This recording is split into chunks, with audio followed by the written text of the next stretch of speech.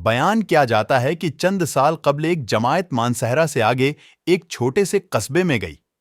اس جماعت میں ایک شخص ڈاکٹر نور محمد تھا۔ ان کا بیان ہے کہ مسجد سے باہر ادھر ادھر کافی لوگ فارغ بیٹھے تھے۔ ہم لوگ ان کے پاس گئے اور مسجد میں آنے کی دعوت دی تاکہ وہ تعلیم میں شریک ہو سکیں۔ کچھ لوگ ہمارے ساتھ مسجد میں آنے پر تیار ہو گئے۔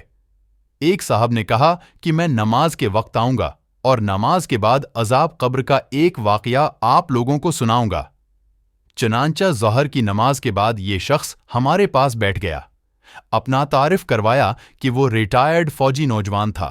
اس فوجی کا بیان ہے کہ جنگ میں ایک قبر میں اسلحے کا ایک عارضی ذخیرہ یعنی ایک کیمپ لگایا گیا تھا اور کچھ نوجوانوں کے ساتھ اس فوجی کی ڈیوٹی تھی۔ دن کا وقت تھا اور کوئی خاص کام نہیں تھا۔ چنانچہ اس نے قبرستان میں گھومنا شروع کر دیا۔ اس کا گزر ایک پرانی قبر کے پاس سے ہوا تو یوں محسوس ہوا جیسے قبر کے اندر سے ہڈیاں ٹوٹنے کی آواز آ رہی ہے۔ فوجی جوان نے بتایا کہ میں نے بندوق کے بٹ کے ساتھ قبر کی اینٹیں ہٹائیں تاکہ دیکھے کہ یہ آواز کیسی ہے۔ جیسے جیسے میں مٹی ہٹاتا گیا، آواز اور تیز ہوتی گئی اور میری دلچسپی اور خوف بھی بہت بڑھتا گیا۔ دن کا وقت تھا، روشنی خوب پھیلی ہوئی تھی۔ کیا دیکھتا ہوں کہ قبر کے اندر انسانی ہڈیوں کا ڈھانچہ پڑا ہوا ہے اور اس پر چوہے کی شکل کا ایک جانور بیٹھا ہوا ہے، اور جب وہ منہ اس ڈھانچے کے اوپر مارتا ہے تو سارا ڈھانچہ اکڑ جاتا ہے اور ہڈیوں کے ٹوٹنے اور چٹکنے کی آواز آتی ہے۔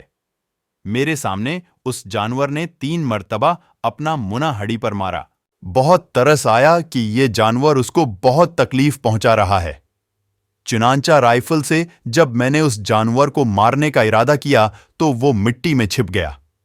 تھوڑی دیر کے بعد وہ جانور قبر سے نکل کر میری طرف لپکا اور میرے اوپر ایسی دہشت سے سوار ہوا کہ میں اسے مارنا بھول کر اپنی جان بچانے کی خاطر بھاگ کھڑا ہوا۔ کافی دور جانے کے بعد میں نے مڑ کر دیکھا وہ جانور میرے پیچھے تیزی سے بھاگا آ رہا تھا۔ قریب ہی پانی کا ایک گڑھا تھا۔ اس جانور سے بچنے کے لیے میں اس جوہڑ یعنی گڑھے میں داخل ہو گیا۔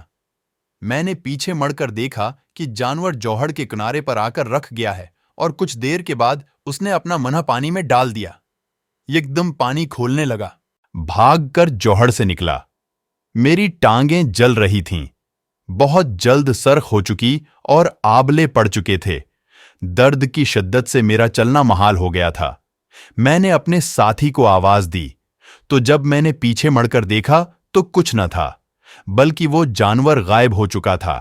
چنانچہ مجھے ایبٹ آباد کے ہسپتال میں داخل کروا دیا گیا اور پھر وہاں سے راولپنڈی کے بڑے فوجی ہسپتال میں منتقل کر دیا گیا۔ میری ٹانگوں کا گوشت گلنا شروع ہو گیا تھا۔ ہر وقت بدبو دار پیپ اور خون رستا رہتا تھا۔ کسی علاج سے افاقہ نہیں ہوا، مگر مرض بڑھتا گیا۔ جیسے جیسے دوائی لگتی رہی ویسے ویسے جسم سے گوشت علیحدہ ہوتا گیا۔ اس وقت دونوں ٹانگوں کی صرف ہڈیاں بچ گئی ہیں۔ گوشت آہستہ آہستہ گل کر علیحدہ ہو چکا ہے اور ہر وقت مردے کی سی بدبو آتی رہتی ہے۔